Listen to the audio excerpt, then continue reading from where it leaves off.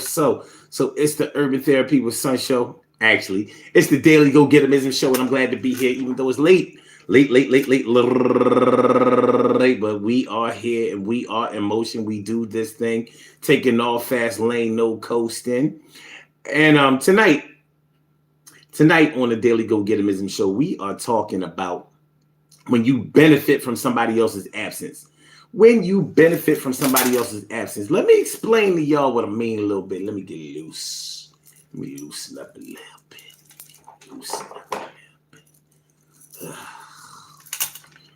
When you benefit from somebody's absence, you know, if somebody has been at a certain place on a certain level for a long time and everybody knows them, everybody likes them, everybody respects them, and people rely on them, it can be hard for you to ever get to a place of ambition that you want to get to. So it's sort of like one of those things where you have like a dead-end job, and it's only a dead-end job because the person or the position that you want to get to is already filled by somebody who has been plugged in for a long time. So you might have to wait until they get out of the way, until they leave, until they move, until they retire.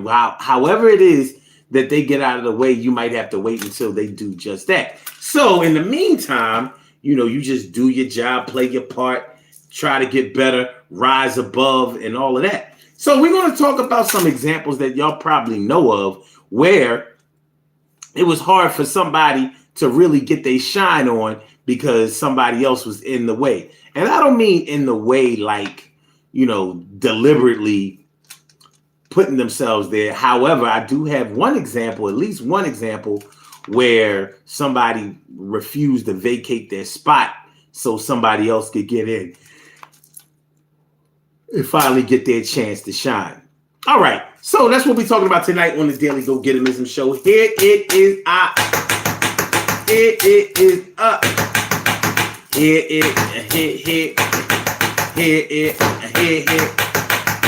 Here it is. What time is it? 11:43 at night. We ain't gonna be here no long time. I'm gonna give these examples, and if y'all have any examples, or maybe you have an experience as well, then we can get to that, and then we're gonna get to get on over to November 8th. All right, so remember back in the dynasty days of the Chicago Bulls. Oh my goodness, Robin Ming. She popped Rob. Hold the phone. Scared. Rob, it's so good to see you. I haven't seen you in such a long time. We haven't seen you around these parts. You know, I was wondering how you were. Uh-oh. Okay. Anyway. So remember the heydays of the Chicago Bulls. You know, the dynasty, the 2 3-peats. Well, remember in the first 3-peat, Michael Jordan was doing his thing. He's always been very, very popular when it comes to you know, being on the Chicago Bulls, being an icon, basketball icon, being arguably the best player who ever lived, you know.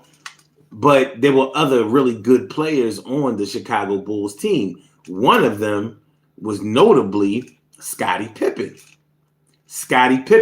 But Scottie Pippen was never going to be number one or even share the number one spot as long as Jordan was there. And remember when Michael Jordan left the Chicago Bulls after his father was murdered, and you know, he was going through what he was going through, and he decided to leave basketball alone, started playing football, baseball, whatever. He was back on the Bulls after the, one season.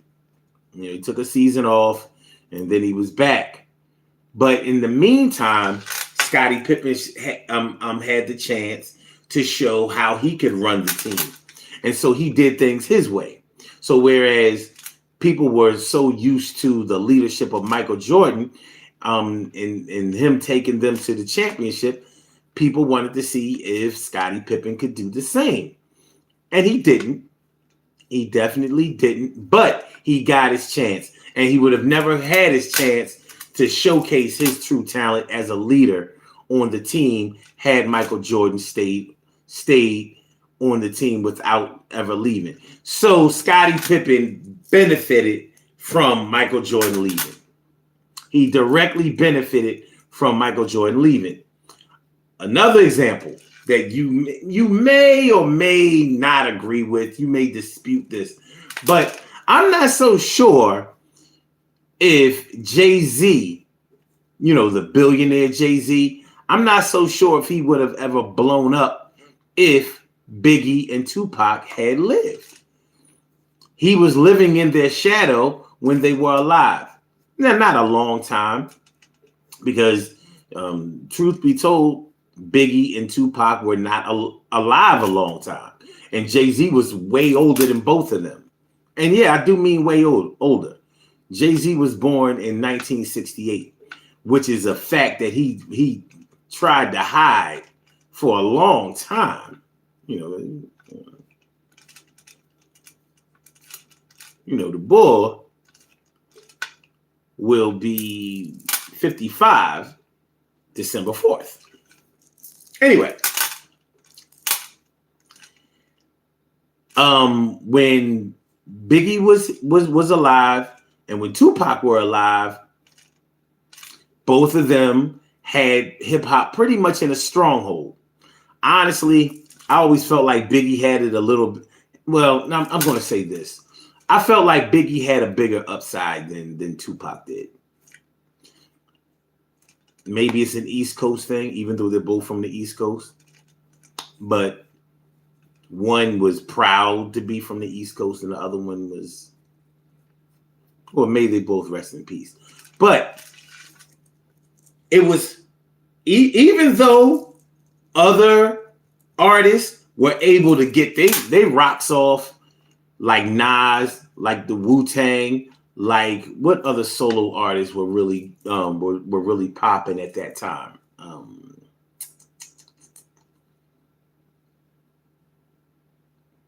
Solo artists. Snoop Dogg.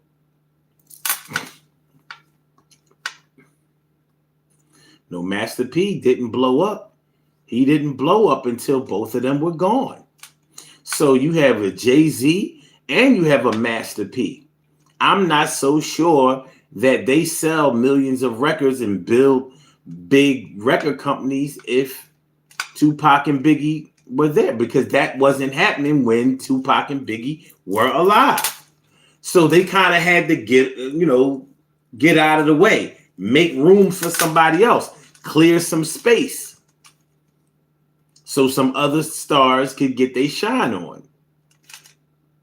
Now, whether you agree with that or disagree with that, I'm actually okay with that. But I with Jay-Z, he just wasn't there.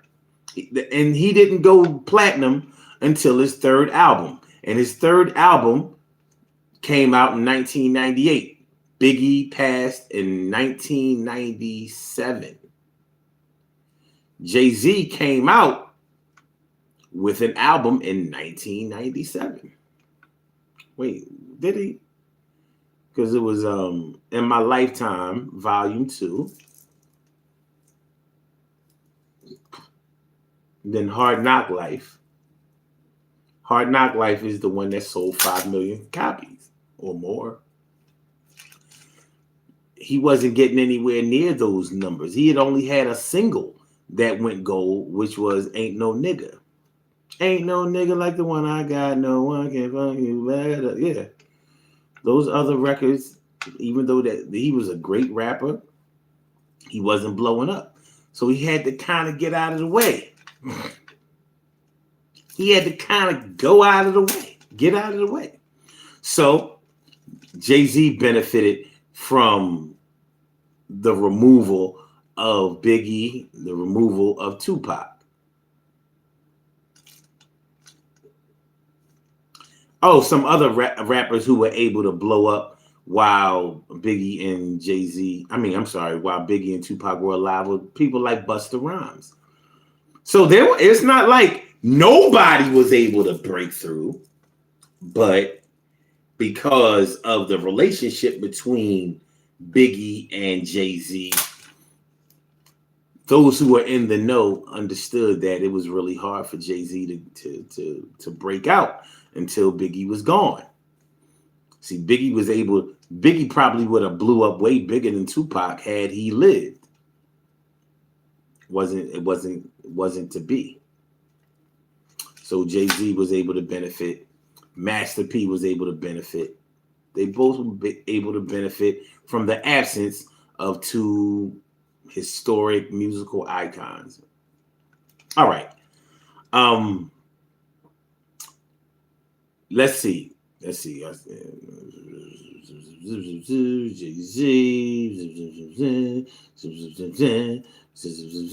A lot of times when somebody leaves a group, they don't it doesn't work out the same. So we're pretty much talking about situations where it did work out for the person, for somebody, when somebody else left.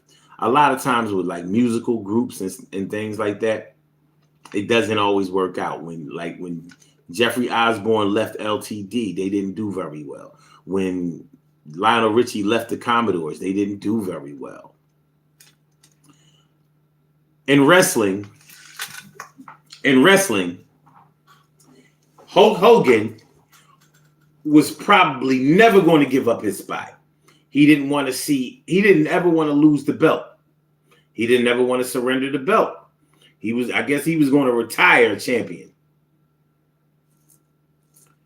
So I'm trying to figure out exactly who benefited from when Hulk Hogan deliberately tried to stay in the game. And that's what I'm saying.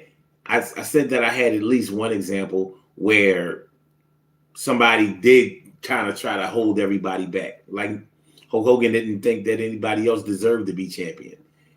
And he promoted that was going to allow him to remain champion for the rest of his career. He was rocking with it. I mean, it wasn't like nobody else could beat him. All the matches are fixed. So they had to write him out. Who benefited from when Hulk Hogan wasn't champion anymore? Was it like... It couldn't have been Ric Flair, because Ric Flair was just as big as Hogan. He was just as big as Hulk Hogan, but on the low. If you can understand. He was just as big as Hogan, but on the low. I don't know. Ric Flair has always been very, very popular.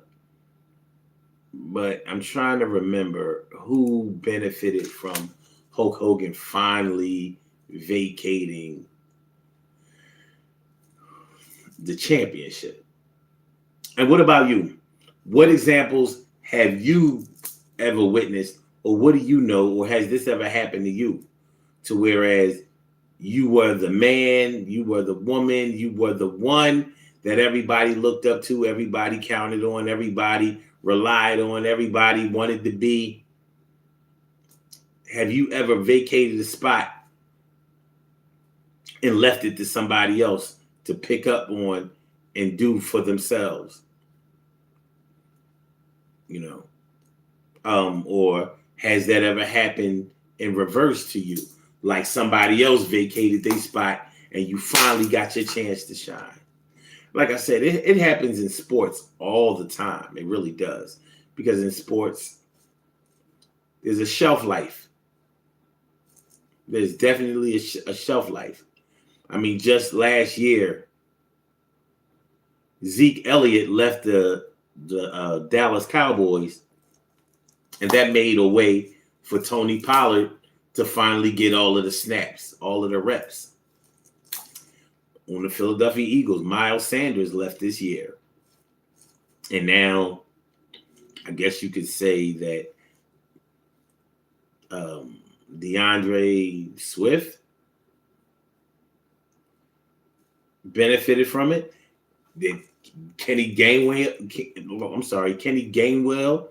He definitely benefited from Miles Sanders being gone.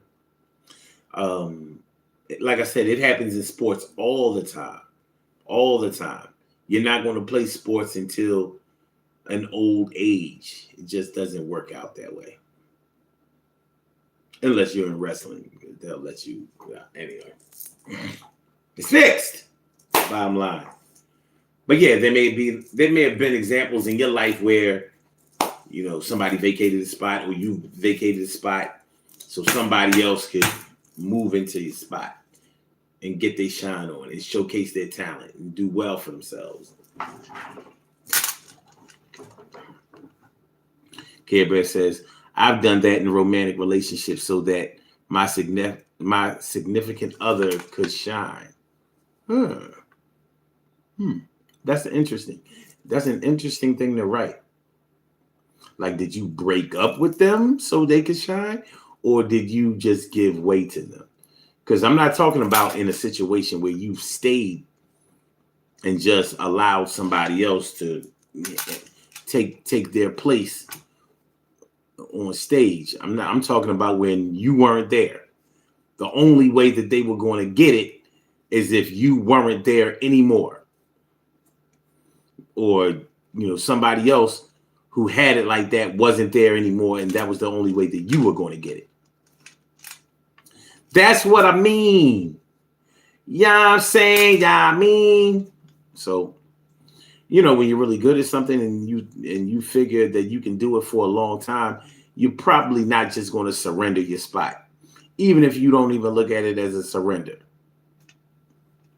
Certain words like that can come and change the whole landscape of what you're thinking about. Kerry says, I was the interim director and I vacated my chance at the permanent position so someone else could shine. Okay. You said I left. Okay. Now that's exactly what I'm talking about. That's exactly what I'm talking about. Yeah, you were humble. You did somebody a solid. A lot of times people won't do that. They say, shoot. Especially if there's money involved. Like, you better find a way to make yours because I'm going to milk this thing. I'm going to milk it for all it's worth. It ain't going to be no money left in here for nothing after I get done. Drain, drain, drain, drain, drain, drain, drain, drain, drain, drain,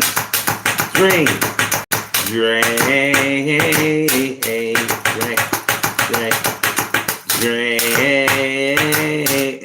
drain, drain. Ain't no more.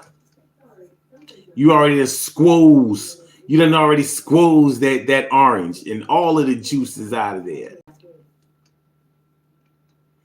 Care Bear says they needed that win way more than me. Well,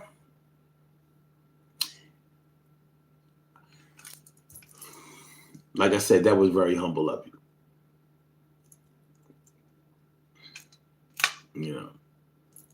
That was very, very humble of you.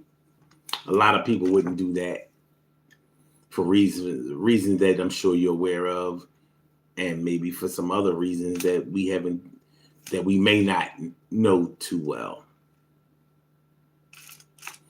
But if you've always wanted to be VP or president of your company or something like that, and somebody was in the VP spot, so you couldn't get there, you ain't never going to be able to get to the president's position if you can't even get to the vice. If you can't even get to the vice president's position, ain't going to happen. Ain't going to happen. You can keep wishing, but not going to happen. Not going to happen. I'm not going to be up here much longer. I'm not going to be here much longer. I'm going to get out the way so somebody else can play because I had a rough day.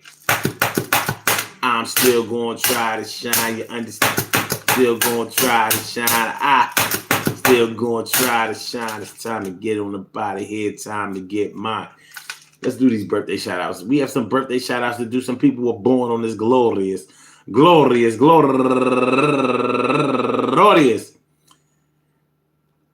November 7th, and they deserve to be acknowledged. So let's go about our business of acknowledging them, making them feel special because they are special because they are special because they are SPECIAL. They get the RESPECT. They are SPECIAL. They get the RESPECT. They are SPECIAL. They get the RESPECT. They get number one out the box, Jessica B. Jessica. And also her other name, Jesse James. Happy birthday to both of y'all. And also, she's raising money for donations to Teenage Cancer Trust. Teenage Cancer Trust. Sounds like a very good cause. And also Cheryl Miles turning 66 years old today. And Sharon Sheard turning 61 years old today. And Kimberly Allen, happy birthday to you. And Marie Michelle Laveau. No, hold on. I know I'm not saying it. Lavio. I got nothing. Turning 36 years old today. And also Alicia Williams, happy birthday to you. And Gail Cutter, happy birthday to you. And Lori Michelle turning 47 years old today. And Tania Kunda turning 46 years old today. And my man Vince Costello, happy birthday to you. And last but not, no. Let me stop moving too fast. My girl Joanne Cheek, happy birthday to you. And she's raising money for Husky House Incorporated. Interesting. And also, last but not least, Erica Jones.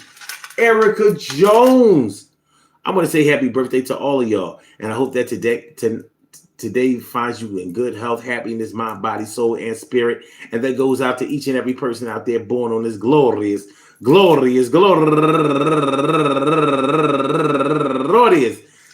November 7th, anywhere out there in the world, worldwide, internationally, and universally. All of y'all go ahead and turn up. But don't turn up too loud. Just turn up loud enough so everybody can hear you. Rock out, rock on it, do the damn, rock out, rock on it, do the damn, rock out, rock on it, do the damn thing, you do your thing, y'all. Represent the queens and kings, you do your thing, y'all. Represent the queens and kings. Good things happen to those who wait. Great things happen to those who grind. And anything can happen to those who go for theirs. So go hard, go for yours, and remember, sometimes somebody has to vacate a spot in order for you to get a spot, for you to get hot. Sometimes you gotta let another person go, but just because you gotta get out of the way so they can have their show. You might have another way to blow, and that is the way the wind blows, the way you go. Everything is gonna be all right as you keep it game tight, and you understand the same right that you would have for yourself. You gotta let somebody get their shit off and have their own wealth. But they might be a leader as good as you, but you don't really think so. But yo, you can try it too. All right. Peace to all my day ones, my everydays, and my brand news. I love y'all to death, resuscitate y'all, and love y'all right back to life.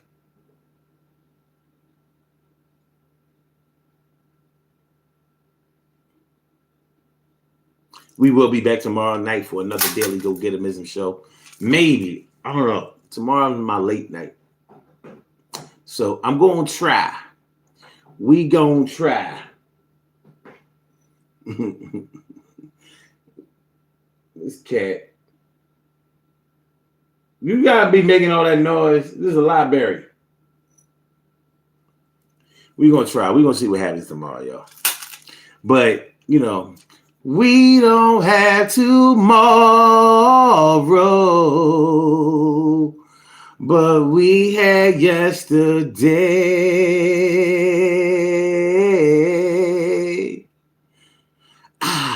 Wasn't it you who said the Daily Go Get 'Em show's the best one? And wasn't it you who said, all right, y'all. See y'all tomorrow. Make sure y'all hit the like button. Make sure that y'all share the show. Make sure that y'all subscribe to the channel if you haven't subscribed to the channel. All right. So, okay, so I ain't shout y'all out. Emily Dunlap in the house, Stacey White, Care Bear, Robin Ming, and When Doves Cry. That's what's up. Appreciate y'all. All right, let's get on up out of here. I holla.